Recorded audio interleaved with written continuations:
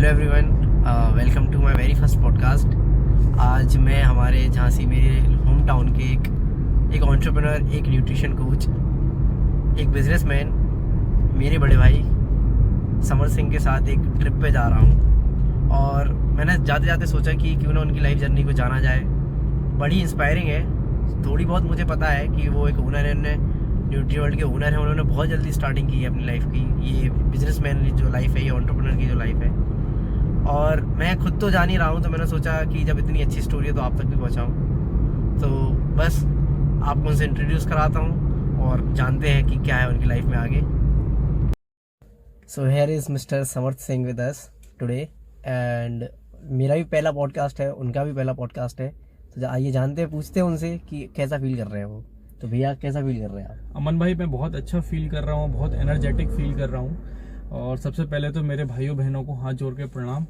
और आज जैसे कि अमन भाई का फर्स्ट पॉडकास्ट है और मैं इसका हिस्सा बनने वाला हूँ, तो मेरा पूरा योगदान आज भाई के लिए है कि जो भी इनके क्वेश्चंस हैं उनको अच्छे से जवाब दे पाऊँ और अपनी पूरी कोशिश कर पाऊँ कि भाई के सारे क्वेश्चंस का इनको जवाब मिल पाए। थैंक यू भैया। So let's start our podcast along with our journey. तो समर्थ भैया, मेरा आपसे सबसे पहला क्वेश्चन यही है कि आप अपने आप को कैसे डिस्क्राइब करते हो? कौन हो आप?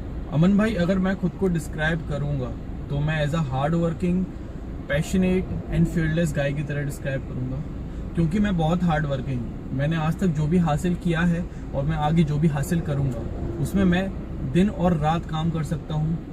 और मेरी लाइफ में जो भी मेरे को चैलेंजेस मिलते हैं मैं उसको एक्सेप्ट करता हूँ और मेरे को बहुत मज़ा आता है उनको फेस करने में। चाहे वो मेरी लाइफ के चैलेंजेस हों, चाहे मेरे बिजनेस रिलेटेड चैलेंजेस हों, मेरे को बहुत मज़ा आता है। बाकी पैशनेट तो हूँ ही मैं, क्योंकि मैं जो काम कर रहा हूँ मेरे समाज में, सोसाइटी और मैं बाकी के लोगों के लिए अच्छा काम कर रहा हूँ, मुझे इस चीज़ में कॉन्फिडेंट फील होता है। एंड सेकेंडली, अगर मैं खुद को डिस्क्राइब करूँगा तो highly adaptable, communicative, analytical, data orienting and too much curious about everything. मतलब मैं अपने बिजनेस में जितनी भी चीज़ रखना चाहता हूँ वो डाटा के फॉर्म में रखना चाहता हूँ, उनको एनालिटिकली स्टडी करता हूँ और जो भी चीज़ें छोटी से छोटी जो हो रही हैं लाइफ में उनके लिए बहुत क्यूरियस रहता हूँ, चीज़ें जानना चाहता हूँ बहुत सारा। और जो भी मेरे जितनी से ज़्यादा जान पाऊँ मैं, जितनी चीज़ सीख पाऊँ, मेरी क्यूरियोसिटी कभी ख़त्म नहीं होती। तो एक ये भी चीज़ है कि मैं खुद को डिस्क्राइब करूँ आपके सामने, इस तरीके से मैं डिस्क्राइब कर सकता हूँ। And my another question is how you started a business and why? Aman भाई, ये बहुत लंबी कहानी है, बहुत पहले की कहानी है, लेकिन बताता हूँ आपको। आज से 5 साल पहले जब मैंने अपनी लाइफ का फर्स्ट सप्लीमेंट बॉक्स यूज़ किया था, तब शायद मेरी उम्र 18 साल की होगी। तो उसको यूज़ करने के बाद में मुझे कुछ प्रॉब्लम्स आई थी लिवर में, मेरे ऑर्गन्स में प्रॉब्लम आई थी, जिसका मेरा ट्रीटमेंट चला था। और काफ़ी लंबे समय के बाद वो ट्रीटमेंट सही हो गया था और मैं रिकवर हो गया था। तो उसके बाद जैसा मैंने आप तुमको बताया कि मैं बहुत ज़्यादा क्यूरियस रहता हूँ चीज़ों के लिए। तो मेरा मेन अब मोटिव क्या था, गोल क्या था कि मुझे ये जानना था कि ये चीज़ अगर मेरे को हुई है, अगर मेरे को कोई लिवर में या ऑर्गन में दिक्कत आई है सप्लीमेंट खाने से, तो ये क्यों आई है? क्या सप्लीमेंट खाना ही बुरा था या फिर जो मैंने सप्लीमेंट यूज़ किया वो गलत था?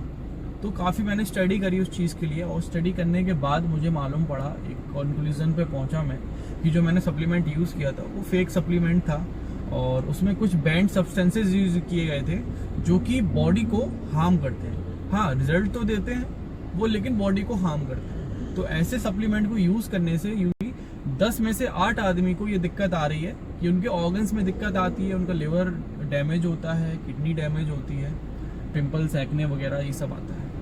तो ये तो था मेरा मतलब जो हुआ मेरे साथ में। उसके बाद जब मैंने बात करी बाकी लोगों से तो मैंने बताया कि 10 में से 8 लोगों को ये दिक्कत आई। तो मेरे अंदर एक आइडिया स्ट्राइक हुआ कि क्यों ना मैं एक ऐसा फूड सप्लीमेंट बिजनेस डालूं जहां पर तुमको, मुझको और बाकी के लोगों को भी एक सही सप्लीमेंट सोर्स मिल पाए, उनको सही गाइडेंस मिल पाए, उनको प्रोडक्ट्स बिल्कुल जेन्युइन मिल पाए। तो ये मेरा एक आइडिया आया था मेरे दिमाग में, जहाँ से मैंने स्टार्टअप किया था। कैसे स्टार्ट किया, तो मैंने जो सम ऑफ अमाउंट जो यूज़ किया था, फर्स्ट अपना इन्वेस्टमेंट किया था वो मैंने 25 से 30,000 के बीच में किया था, जिसमें से मेरा कुछ मैंने पॉकेट मनी से जोड़ा था और कुछ मम्मी से बोरो किया था। तो मेरी मदर बहुत सपोर्टिव रही इन सब चीज़ों में, और उन्होंने मेरे को शुरुआत से सपोर्ट किया कि उन्होंने मेरे को एक ही बात बोली कि जो तुम्हारा मन है वो तुम करो और मैं तुम्हारे साथ हूँ। तो उस चीज़ का तो मैं बहुत ज़्यादा लकी फील करता हूँ। 30,000 से मैंने वो स्टार्टअप किया था, और 30,000 के बाद में मैंने बस वही चीज़ है कि जब आप कोई चीज़ सही नीयत से करते हो, सही चीज़ के लिए करते हो, तो भगवान भी और लोग भी, पब्लिक भी आपका सपोर्ट करती है। वही चीज़ मेरे साथ हुआ, जब मैंने कोई चीज़ सही नीयत से करी तो लोगों ने मेरे को बहुत सपोर्ट दिया, प्यार दिया मेरे को, और मेरे से बहुत लोग कनेक्ट हुए। यहाँ ही झांसी से ही नहीं, बाहर से भी लोग मेरे से कनेक्ट होना स्टार्ट हुए हैं। तो ऐसे मेरा बिजनेस धीरे धीरे करके ग्रो किया। क्या आपका कोई रोल मॉडल था, या आपने उसको देखा कि हाँ बिजनेस में जाता हूँ, एंटरप्रेन्योरशिप करता हूँ, या फिर खुद ही मतलब लगा कि हाँ मैं करता हूँ ये चीज़, या फिर जैसे आजकल हर किसी का कोई ना कोई रोल मॉडल है, आपका कौन है? सबसे पहले तो मेरा रोल मॉडल मैं खुद ही हूँ, क्योंकि मैं खुद पे बहुत ज़्यादा बिलीव करता हूँ, और मेरी मदर ने भी मेरे को हमेशा यही सिखाया है कि हमेशा पॉजिटिव रहना है, खुद पे बिलीव करना है। और इसके बाद में बहुत सारे एंटरप्रेन्योर्स हैं नए जो अभी रिसेंट में हैं, काफ़ी अच्छे हैं। फिटनेस लाइन में भी काफ़ी अच्छे फिटनेस इन्फ्लुएंसर्स, तो मैं उनको काफ़ी सपोर्ट करता हूँ और मैं उनकी बहुत ज़्यादा रिस्पेक्ट भी करता हूँ। अगर आज की डेट में आपका एक बिजनेस है न्यूट्रीवर्ल्ड, अगर ये फेल हो गया, भगवान ना करे हो कभी ऐसा, अगर हो गया तो आपके पास क्या बैकअप है कि आप इस कंपटीशन में रिमेन रहे? बहुत डरावना क्वेश्चन है कहने के लिए कि न्यूट्रीवर्ल्ड फेल हो गया, लेकिन हाँ कह सकते हैं चांसेस हैं कि आगे चल के कुछ ऐसे सर्कमस्टांसेस आ जाएं कि वो नहीं चले। लेकिन कहते हैं ना कि नीयत साफ हो तो ऊपर वाला भी और बाकी की पब्लिक भी सपोर्ट करती है। मुझे पता है मेरा ऊपर वाला और मेरी पब्लिक मुझे बहुत सपोर्ट करती है, तो ऐसा होने वाला तो नहीं है कि न्यूट्रीवर्ल्ड फेल हो, क्योंकि मुझे इस चीज़ पे पूरा कॉन्फिडेंस है। लेकिन फिर भी अगर होता है तो मैं इसके फेलियर्स के रीजंस जानूंगा, क्या फेलियर्स के रीजंस से एनालिटिकली उसको पढ़ूंगा। जैसे मैंने आपको बताया मेरे को डाटा और एनालिटिकली पढ़ना बहुत पसंद है चीज़ें, तो उसको पढ़ूंगा कहाँ मेरे से गलती हुई है, और फिर से अपना कुछ और अगर स्टार्टअप करता हूँ तो उसको बहुत उन सब चीज़ों को ध्यान में रख के करूँगा कि वो चीज़ आगे रिपीट ना हो, अपनी गलतियों से सीखूंगा। तो भैया आपको आपकी इस जर्नी में क्या कभी फेलियर्स मिले, और अगर मिले तो आपने उनके साथ कैसे डील किया? अमन भाई, फेलियर्स तो बहुत मिले हैं और डिमोटिवेशन भी बहुत हुआ है, डिमोटिवेट बहुत हुआ हूँ मैं। तो फेलियर जैसे कि कोई भी जो भी यंग बिजनेस है उसको स्टार्ट करने के लिए आपको मार्केटिंग करनी होती है, जगह जगह जाके अपने बिजनेस के बारे में बताना होता है, एडवर्टाइज करना होता है, उनसे बोला जाता है कि आप मेरे से जुड़िए, प्रोडक्ट खरीदिए। तो कई बार रिजेक्शन मिला है, कई बार गया हूँ, काफ़ी अच्छी बात हुई, लेकिन उन्होंने ज्वाइन करने से मना कर दिया, प्रोडक्ट्स लेने से मना कर दिया। तो वो सब फेलियर्स थे। डिमोटिवेट भी बहुत हुआ करता था, कभी सेल काफ़ी अच्छी रहती थी दिनों की, और कभी सेल ये मानो कि ज़ीरो रहती थी, तो उससे डिमोटिवेशन भी बहुत होता था। अब ये बोलो कि पहले महीने फर्स्ट मंथ में तुम सोचो कि मैंने कितना अर्न किया होगा अपने बिजनेस से। मैंने अपना बिजनेस स्टार्ट किया, पैसा लगाया, एक महीने में कितना अर्न किया होगा मैंने, आप भी सोच सकते हो। फर्स्ट मंथ में मेरी जो इनकम हुई थी वो हुई थी 500 रुपीज़ की। बिजनेस में 500 रुपीज़ हट जाता। अगर मैं भी उस समय पे अगर पीछे हट गया होता तो आज मैं यहाँ पे स्टैंड नहीं कर रहा होता, यहाँ पे हूँ भी। तो फेलियर डिमोटिवेशन होगा, लेकिन क्या है, आपको खुद को कॉन्फिडेंट रखना है, पॉजिटिव रखना है, और बस जो सोच लिया है वो करना ही है, तभी आप ये चीज़ हासिल कर पाओगे। मतलब फेलियर्स और मोटिवेशन तो हर किसी का डाउन होता है एक समय पे आके। तो जैसा कि आपने मुझे स्टार्टिंग में बताया था कि आपने 20,000-30,000 के आसपास अपना बिजनेस स्टार्ट किया था, तो आज आपका कंपनी का टर्नओवर कहाँ स्टैंड करता है? अमन भाई, आज अपनी कंपनी का टर्नओवर अराउंड 2 CR के आसपास स्टैंड करता है, और आगे भी काफ़ी इसको बढ़ाना है। अभी तो मैं ये बोलूँगा कुछ भी अभी नहीं किया है, अभी तो सिर्फ स्टार्टअप है मेरा, एक बिल्कुल ये समझो कि इनिशियल लेवल पे ही है। अभी आगे बहुत कुछ करना है। आप अपनी कंपनी को नेक्स्ट 5 ईयर्स में कहाँ पे देख रहे हो कि हाँ मेरी कंपनी वो लेवल रीच कर लेगी? अभी जो अमन हम लोग ने स्टार्ट किया है, फ्रेंचाइजी आउटलेट्स खोलना स्टार्ट किए हैं, तो हम लोग अभी फोकस कर रहे हैं कि हर सिटी में अब एक्सपैंड कर रहे हैं बिजनेस को, क्योंकि बिजनेस को अगर एक्सपैंड नहीं किया तो नहीं ग्रो होगा वो। तो एक्सपैंड करने के लिए हम लोग फ्रेंचाइजी मॉड्यूल निकाला है, तो हर सिटी में हमारी स्टोर हो, इसके लिए अभी कैंपेन वगैरह रन कर रहे हैं। तो आने वाले 5 सालों में, 5 साल आने वाले 5 सालों में अराउंड मेरा एस्टिमेशन है कि 200 CR के आसपास तो कम से कम बिजनेस पहुंचे, इससे ज़्यादा भी पहुंच सकता है। आपकी जो स्ट्रेंथ है जो आपको यहाँ तक पहुँचाएगी इस लेवल तक, वो आपको क्या लगती है कि आपकी स्ट्रेंथ क्या है? आप कैसे इस बिजनेस को इतने ऊपर तक लेके जाओगे? अगर मैं अपनी स्ट्रेंथ और स्किल्स की बात करूं जो मुझे एम्पावर करती हैं, तो वो मेरी एक तो है कम्युनिकेशन स्किल्स, और दूसरी जो है वो है मेरी पॉजिटिव रहने की कैपेसिटी। मैं हमेशा पॉजिटिव रहने की कोशिश करता हूँ, हमेशा पॉजिटिव ही सोचता हूँ, और बाकी बहुत सारी चीज़ें भी मेरे को सीखना है। बात करिए तो आप अपनी वीकनेस भी बता ही दीजिए, क्या वीकनेस रही है और क्या है आपको लगती है कि इन पे आपको वर्क करना है? अगर मैं अपनी सबसे बड़ी वीकनेस की बात करूँ तो मैं इम्पेशेंट हूँ बहुत ज़्यादा। मेरे को उस पर बहुत ज़्यादा कंट्रोल करना है अभी, क्योंकि मैं ये समझता हूँ कोई भी व्यक्ति बिल्कुल परफेक्ट नहीं होता है, उसमें कुछ ना कुछ कमियाँ भी होती हैं, कुछ उसके अंदर अच्छा भी होता है। तो मेरी जो कमी है वो यही है कि मैं इम्पेशेंट हूँ बहुत ज़्यादा, और मेरे को सब्र नहीं होता किसी भी चीज़ के लिए। अगर कोई नया पर्सन, नया यूथ, एक इमेच्योर यूथ अगर बिजनेस में आना चाह रहा है तो उसे किन बातों का सबसे ज़्यादा ध्यान रखना चाहिए? अगर कोई नया यूथ बिजनेस में आ रहा है तो उसको पहले तो अपना गोल सेट करना चाहिए कि उसका एक्चुअल गोल क्या है उस बिजनेस को लेके, या फिर जो बिजनेस कर रहा है वो कहाँ रन करेगा, और उसकी जो टारगेट ऑडियंस है वो क्या होने वाली है। वो उसको मेन उसको ध्यान में रख के उसको काम करना पड़ेगा, उसको टारगेट ऑडियंस सेट करना पड़ेगा, उसे एक गोल सेट करना पड़ेगा, और उसको या मंथली वाइज या ईयरली वाइज को एक टारगेट अपने सेल्स का सेट करना पड़ेगा कि यार आपको इस महीने में कम से कम मेरी 2 लाख की सेल तो, कम से कम मेरी 4 लाख की सेल तो, मेरे साल में कम से कम मेरी 50 लाख की सेल तो। जब वो टारगेट अचीव कर लेता है तो एक नया टारगेट उसको बनाना चाहिए, एक नई सेल का बढ़ना चाहिए। तो उसके हिसाब से अगर वो काम करेगा ना तो काफ़ी अच्छा वो अपने फील्ड में कर पाएगा। जैसे कि चलो और कहीं की ना जाके आपकी न्यूट्रीवर्ल्ड की बात करते हैं। आप इस बिजनेस में हैं, जब सप्लीमेंट्स का जो आपका काम है, आप कैसे ये मेक श्योर करते हैं कि लोग आपसे वो चीज़ लें? आजकल हर सब कुछ ऑनलाइन अवेलेबल है, लोग चाहते हैं कि हमारे डोर स्टेप पे ही वो चीज़ आए, थोड़ा पैसा डिलीवरी का लगता है। सोशल मीडिया बहुत पावरफुल है, बहुत ज़्यादा। और मैं बताऊंगा, जब मैं घर से काम करता था तो ऐसा मेरे पास कोई शॉप नहीं थी, मेरे पास कोई रैंडम कस्टमर्स नहीं थे, तो मेरा सोशल मीडिया ने मेरा बहुत हेल्प किया अपने बिजनेस को ग्रो करने में। और मैं जानता हूँ सोशल मीडिया की पावर क्या है, तो मुझे वो चीज़ यूज़ करना बहुत अच्छे से आती है कि अपनी ग्रोथ मैं सोशल मीडिया से कैसे करूँ। आपने अभी जैसे बोला कि घर से स्टार्ट किया, तो आप मुझे बता पाएंगे कि घर से कैसे स्टार्ट किया, मतलब क्या रहा वो जर्नी, कैसे स्टार्ट हुई कि घर से? मैंने आपको बताया, मैंने 20 या 30,000 से स्टार्ट किया था उस समय बिजनेस। तो मैंने जितना भी स्टॉक है मैंने अपने घर पे किया। उसके बाद में सबसे पहले मेरे जो कस्टमर्स थे वो मेरे खुद के फ्रेंड्स थे, मेरे जान पहचान वाले थे, जो कि मेरे से कनेक्टेड थे और जिम फिटनेस वगैरह पे थोड़ा सा मोटिवेटेड थे।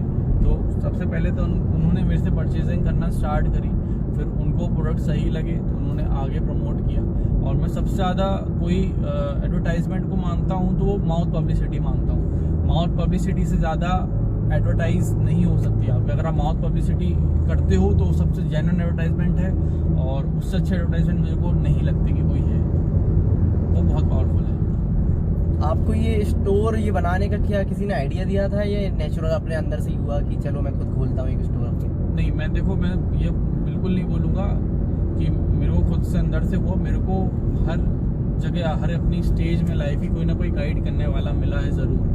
तो ऐसे ही वो, चाहे मेरा स्ट्रेंजर हो, मेरा फ्रेंड हो, मेरा कलीग हो, कोई भी हो, कोई ना कोई ने मेरे को हमेशा गाइड किया है, मैंने उनसे सीखा है। और जैसे उन्होंने मेरे को बोला है उसके हिसाब से मैंने सोचा समझा, उसके हिसाब से जो सही लगा मैंने वो किया है। ऐसे ही मुझे भी कोई ने गाइड किया था इसके लिए, मेरे भैया ने। तो जो जिनकी शॉप भी है सदर में, जहाँ पे मेरी शॉप, उन्होंने मेरे को अपनी शॉप दी इस चीज़ के लिए, और मेरे को बोला कि सप्लीमेंट अगर तुम्हें अच्छा ग्रो करना है अगर फूड बिजनेस, तो आपको मार्केट में आना बहुत ज़रूरी है। तो यहाँ से मैं सीखा था कि अगर आप मार्केट में आते हो तो आपको काफ़ी अच्छा हेल्प मिलेगा। आपने जैसे कि अपने टीनेज में ये स्टार्ट कर दिया बिजनेस, तो ऑब्वियसली आप कॉलेज या आपने किया या नहीं किया? मैं ड्रॉप आउट हूँ एक्चुअली, और मैं सिर्फ 4 दिन या 5 दिन ही कॉलेज गया था अपनी। मैं फूड साइंस एंड टेक्नोलॉजी से मैंने फॉर्म भरा था बुंदेलखंड यूनिवर्सिटी में। तो मैं तो अभी तो सिर्फ 12th पास ही हूँ, साथ में न्यूट्रिशनिस्ट का कोर्स किया मैंने, तो सर्टिफाइड न्यूट्रिशनिस्ट। तो आप क्या समझते हैं कि हमें किताबी नॉलेज ज़्यादा होनी चाहिए, एक्सपीरियंस, या लोगों से सुन के उनसे सीख के हमें अपना नॉलेज आप कहीं से भी ले सकते हो, किताब से ले सकते हो, किसी को देख के ले सकते हो, किसी को सुन के ले सकते हो। आपको नॉलेज कहीं से भी मिल सकती है, बस आपके अंदर उसको लेने की चाह होनी चाहिए। अगर आपको अंदर आपके लेने की चाह है नॉलेज, तो आप कहीं से भी नॉलेज ले सकते हो, किसी से भी ले सकते हो। आपकी फैमिली ने, जब आप ये स्टार्ट कर रहे थे, आप लोगों ने कैसे कन्विंस किया इस बिजनेस? क्योंकि बहुत से लोग नहीं मना पाते अपनी फैमिलीज को, उन्हें पढ़ाई करनी पड़ती है, और वो जो पैसा वो अपने बिजनेस में डाल सकते हैं, वो अपनी पढ़ाई में या तो वेस्ट कर देते हैं, बाद में पछताते हैं, तो वो कहाँ यूज़ करें, और आपने कैसे मनाया? सबसे पहले तो आप ये बताएं। मैं ये मानता हूँ कि हर फैमिली में उनके पेरेंट्स का बच्चों को लेके एक इनसिक्योरनेस ये रहती है कि उनका बच्चा कुछ अपनी लाइफ में कुछ हासिल करे। तो जो इनसिक्योर वो रहते हैं, इस वजह से कई माँ बाप उनको वो नहीं करने देते जो उनका दिल चाहता है। वो चाहते हैं, जबकि उसमें कुछ गलत नहीं है, जो भी कर रहे हैं अपने बच्चों के लिए, अच्छे के लिए ही कर रहे हैं। अगर वो अपने बच्चों को इंजीनियर, डॉक्टर बनाना चाहते हैं, तो ये चाहते हैं कि उनकी लाइफ अच्छी हो। तो माँ बाप की गलती नहीं मानता मैं इस चीज़ में, क्योंकि वो अपने बच्चों को लेके बहुत ज़्यादा इनसिक्योर रहते हैं, इस वजह से वो ये चीज़ करते हैं। लेकिन कहीं कहीं उनको भी समझना चाहिए ये चीज़ कि उनका बेटा वहीं, उनका बेटी वहीं खुश रहेगी जहाँ पर वो चीज़ कर पाए जिसमें वो टैलेंटेड है, जिसमें उसके स्किल्स अच्छे हैं, जहाँ उसे करके इंटरेस्ट है, जहाँ उसको करके वो चीज़ अच्छा फील हो। तो मैं ये समझता हूँ कि माँ बाप को ये भी देखना चाहिए इसके साथ साथ कि उसका बेटा या बेटी की मन कहाँ पर है करने का, क्या करने का मन है। और बात रही मेरी कि मैंने कैसे कन्विंस किया, तो पहले तो मेरे मम्मी पापा मेरे चाहते थे कि मैं डॉक्टर बनूं, तो मैं MBBS करने नीट MBBS क्लियर आउट करने के लिए नीट की तैयारी कर रहा था। लेकिन मुझे खुद में पता चला ये चीज़ कि नहीं, मैं एक बार ट्राई किया, मेरे को नहीं समझ में आई वो चीज़, तो मैंने वो छोड़ी। तो मैंने अपने मम्मी पापा को समझाया कि नहीं, मतलब मेरे से तो ये नहीं होगा, मैं कुछ और करने की कोशिश करता हूँ। तो फिर मैंने फूड सप्लीमेंट का बिज़नेस जब बोला उनसे रन करने के लिए, तो कई कुछ समय तक तो मम्मी ने सपोर्ट किया, लेकिन पापा तो फिर भी थोड़े से 2-3 महीने नहीं बात करे मेरे से। लेकिन उसमें मैं उनकी गलती नहीं मानता, क्योंकि वो भी मेरे को लेके इनसिक्योर थे बहुत ज़्यादा कि ये क्या कर रहा है, इसमें वो आगे कुछ कर भी पाएगा कि नहीं कर पाएगा। वो इनसिक्योर थे, इस वजह से उनकी इनसिक्योरिटी का एक बाय प्रोडक्ट था वो गुस्सा। लेकिन जब वो उन्होंने देखा कि हाँ अब लड़का कुछ कर रहा है और अच्छा तरीके से कर रहा है, और अब तो अर्निंग भी अच्छी होने लगी है, तब उनकी इनसिक्योरिटी थोड़ी सी दूर हो गई। मैं ये समझता हूँ कि आपके पेरेंट्स आपको लेके कॉन्फिडेंट नहीं है, लेकिन जिस दिन वो आपको लेके कॉन्फिडेंट हो जाएंगे कि हाँ ये तो कुछ कर ही लेगा, तो उनकी इनसिक्योरिटी हट जाती है, और वो आपको जो आपको करना है वो आपको करने देते हैं। जैसे आपने टीनेज में स्टार्ट किया अपना बिजनेस, काफ़ी यूथ है जो हमारी है, जो एंटरप्रेन्योर बनना चाहती है, वो टीनेज में ही कोशिश कर रही है। टीनेज में हमें डिस्ट्रैक्शन बहुत मिलता है, दुनिया में घूमने का, दोस्तों के संग रहने का। उस टाइम पे बिजनेस पे अपनी इन सब चीज़ों जिसमें आपको कैरियर बनाना है अपना, कैसे फोकस करें? डिस्ट्रैक्शंस को तो हटाना ही पड़ेगा। ये समझ के चलिए, अगर आपको कोई बोल रहा है पार्टी करने के लिए, घूमने के लिए, फिरने के लिए, तो वो आपका खुद का निर्णय होता है कि आपको उसके साथ जाना है कि नहीं जाना है। कोई भी आपको फोर्स नहीं कर सकता। अगर आपको पता है कि आपको इस वक्त ये काम करना है और आपके पास समय नहीं है पार्टी में जाने का या कुछ भी चीज़ ऐसी करने का जिससे आपका टाइम वेस्ट हो, तो वो आपका मन है, आप उसको मना कर सकते हो साहब कि रुक जा भाई, आज मैं नहीं जाऊँगा, मेरे को अपना काम करना है, मैं अगर काम से फ्री हो जाऊँगा तो जाऊँगा, वरना नहीं जाऊँगा। तो वो आपका मन है, और आपको इस चीज़ के लिए थोड़ा सा डेडिकेट रहना पड़ेगा कि अगर आपको कुछ हासिल करना है लाइफ में, तो अभी के जो मज़े हैं वो छोड़ने पड़ेंगे, वो मज़े आपको बाद में मिलेंगे। और अगर अभी मज़े कर लिए तो जो आप करना चाहते हो हो सकता है कि वो आपको ना मिले। क्या आपने कभी क्विट करने का सोचा कि अब नहीं यार मेरे से नहीं हो रहा है, क्विट करता हूँ, ऐसा कभी दिमाग में आया कुछ?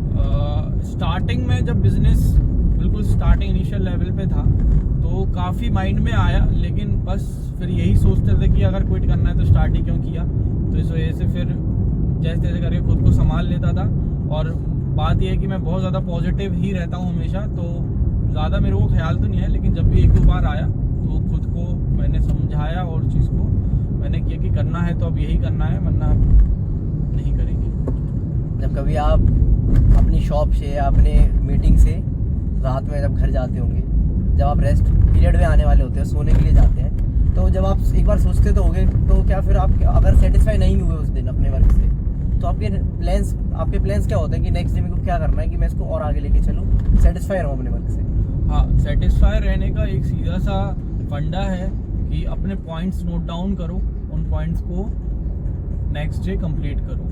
अगर वो पॉइंट्स कंप्लीट हो जाएंगे तो आप सेटिस्फाई रहोगे, अगर वो पॉइंट्स कंप्लीट नहीं होंगे तो आप सेटिस्फाई नहीं रहोगे।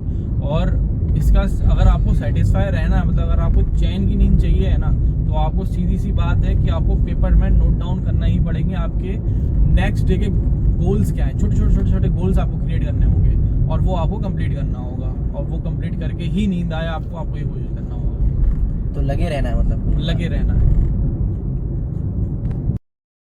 सो गाइस, ये थी समर भैया की कहानी। शुक्रिया करते हैं, भैया ने हमें अपना टाइम दिया। आपको भी बहुत कुछ सीखने को मिला, मुझे भी बहुत कुछ सीखने को मिला। इस पॉडकास्ट को यहीं ख़त्म करते हैं। नेक्स्ट पॉडकास्ट में नेक्स्ट और भी अच्छे क्वेश्चंस लेके आऊँगा। भैया से फिर से मिलने का मौका मिले तो भैया से और भी क्वेश्चन पूछूंगा। मुझे नहीं लगता इतने क्वेश्चंस काफ़ी हैं भैया को जानने के लिए। मैंने अपना 100% दिया, मेरा पहली बार था। Thank you everyone, stay connected, stay tuned please. Thank you.